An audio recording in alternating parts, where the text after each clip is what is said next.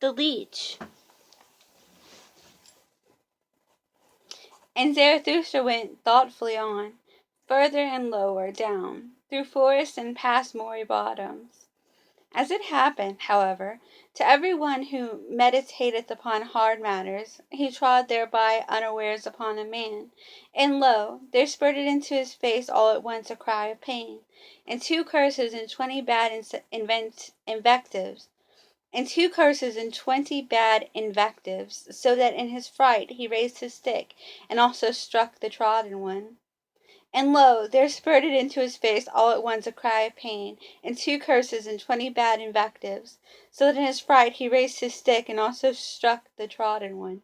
Immediately afterwards, however, he regained his composure, and his heart laughed at the folly he had just committed. "Pardon me," said he to the trodden one, who had got up enraged, and had seated himself, "pardon me, and hear first of all a parable. As a wanderer who dreameth of remote things, on a lonesome highway, runneth unawares against a sleeping dog, a dog which lieth in the sun. As both of them then start up and snap at each other, like deadly enemies, those 2 beings mortally frightened, so did it happen unto us. And yet, how little was lacking for them to caress each other. That dog and that lonesome one, are they not both lonesome ones?"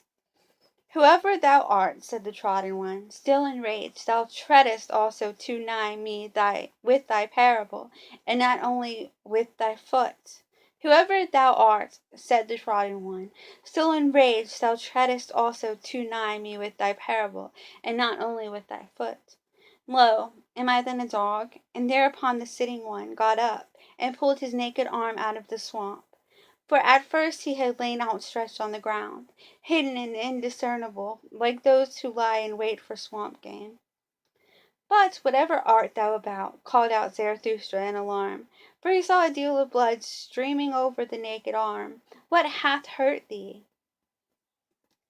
Hath an evil beast bit thee, thou unfortunate one?" The bleeding one laughed, still angry. "What matter is it to thee?" said he, and was about to go on. "Here am I at home and in my province. Let him question me whoever will. To a dolt, however, I shall hardly answer." "Thou art mistaken," said Zarathustra sympathetically, and held him fast. "Thou art mistaken. Here thou art not at home, but in my domain, and therein shall no one receive any hurt. Call me, however, what thou wilt. I am who I must be. I call myself Zarathustra. Well, up hither is the way to Zarathustra's cave. It is not far. Wilt thou not attend to thy wounds at my home? It hath gone badly with thee, thou unfortunate one, in this life. First a beast bit thee, and then a man trod upon thee. When, however, the trodden one had heard the name of Zarathustra, he was transformed. "What happeneth unto me?" he exclaimed. "Who preoccupieth me so much in this life as this one man, namely Zarathustra, and that one animal that liveth on blood, the leech? For the sake of the leech did I lie here by this swamp, like a fisher, and already had mine outstretched arm been bitten 10 times, when there biteth a still finer leech at my blood, Zarathustra himself. O happiness, O miracle! Praised be this day which enticed me into the swamp. Praised be the best, the livest cupping glass that at present liveth. Praised be the great conscience leech Zarathustra." Thus spake the trodden one, and Zarathustra rejoiced at his words in their refined reverential style. "Who art thou?" asketh he, and gave him his hand. "There is much to clear up and elucidate between us, but already methinketh pure clear day is dawning." "I am the spiritually conscientious one," answered he who was asked, "and in matters of the spirit it is difficult for any one to take it more rigorously." "I am the spiritually conscientious one," answered he who was asked, "and in matters of the spirit it is difficult for any one to take it more rigorously, more restrictedly, and more severely than I, except him from whom I learnt it, Zarathustra himself. Better know nothing than half know many things. Better be a fool on one's own accounts than a sage on other people's approbation. I go to the basis. What matter if it be great or small, if it be called swamp or sky? A handbreadth of basis is enough for me, if it be actually basis in ground. A handbreadth of basis, thereon can one stand. In the true knowing knowledge there is nothing great and nothing small. Then thou art perhaps an expert on the leech, asked Zarathustra, and thou investigatest the leech to its ultimate basis, thou conscientious one. O Zarathustra, answered the trodden one, that would be something immense. How could I presume to do so? That, however, of which I am master and knower, is the brain of the leech. That is my world. And it is also a world. Forgive it, however, that my pride here findeth expression, for here I have not mine equal.